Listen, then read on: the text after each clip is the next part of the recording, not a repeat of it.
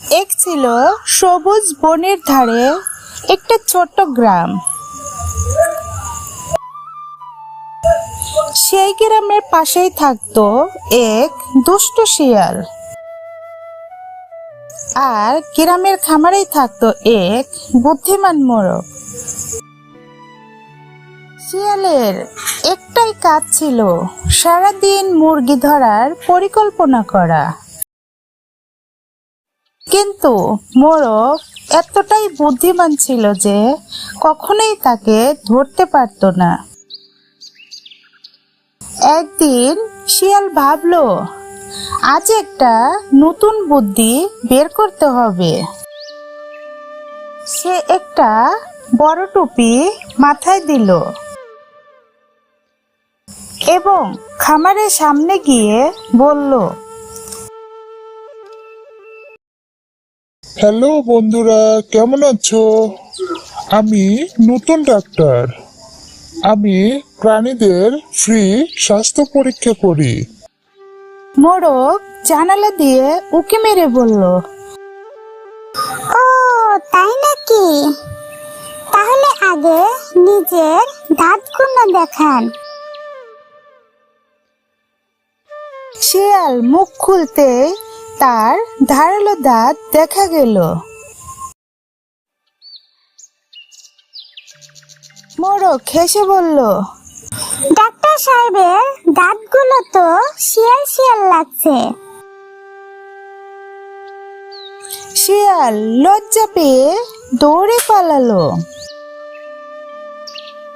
পরদিন সে আবার এলো। এবার সে গায়ে কম্বল জড়িয়ে বলল, আমি গায়ক, তোমাদের জন্য গান গাইতে এসেছি। মোরগ বলল, বেশ, আগে একটা গান শোনান। শিয়াল গাইতে লাগলো, হুক্কা হুয়া হাওয়া হাওয়া, হুক্কা হুয়া হাওয়া হাওয়া। গান শুনে আশপাশের কুকুরগুলো জেগে উঠল। তারা ভেবে নিল শিয়াল এসেছে। কুকুরগুলো ঘেউ ঘেউ করতে লাগলো। কুকুরের দল তাড়া করতে শিয়াল প্রাণপণে দিল দৌড়।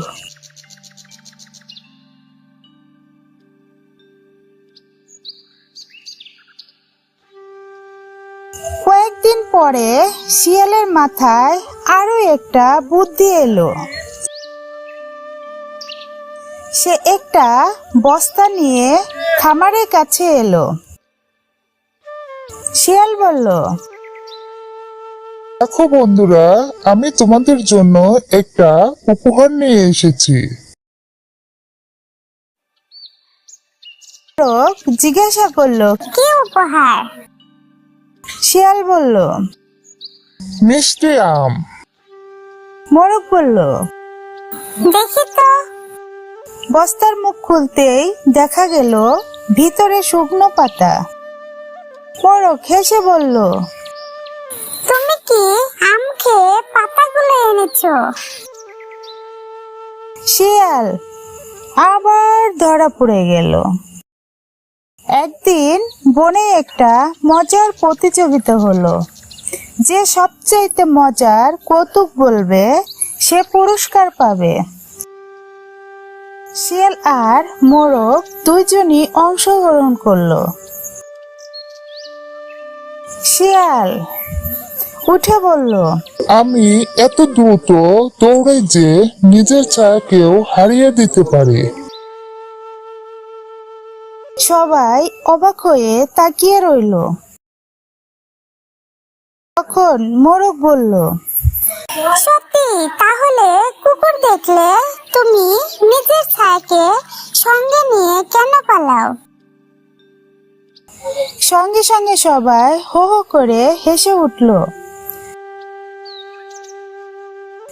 বানর হাসতে হাসতে গাছ থেকে পড়ে গেল। খরগোশ গড়াগড়ি খেতে লাগলো। আর হাঁসের হাসি থামতেই চাইল না। বিচারক হাতি বলল, আজকের বিজয়ী মোরগ সাহেব। মোরগ পুরস্কার হিসাবে 1 বস্তা ভুট্টা পেল। শিয়াল মাথা নিচু করে দাঁড়িয়ে রইল।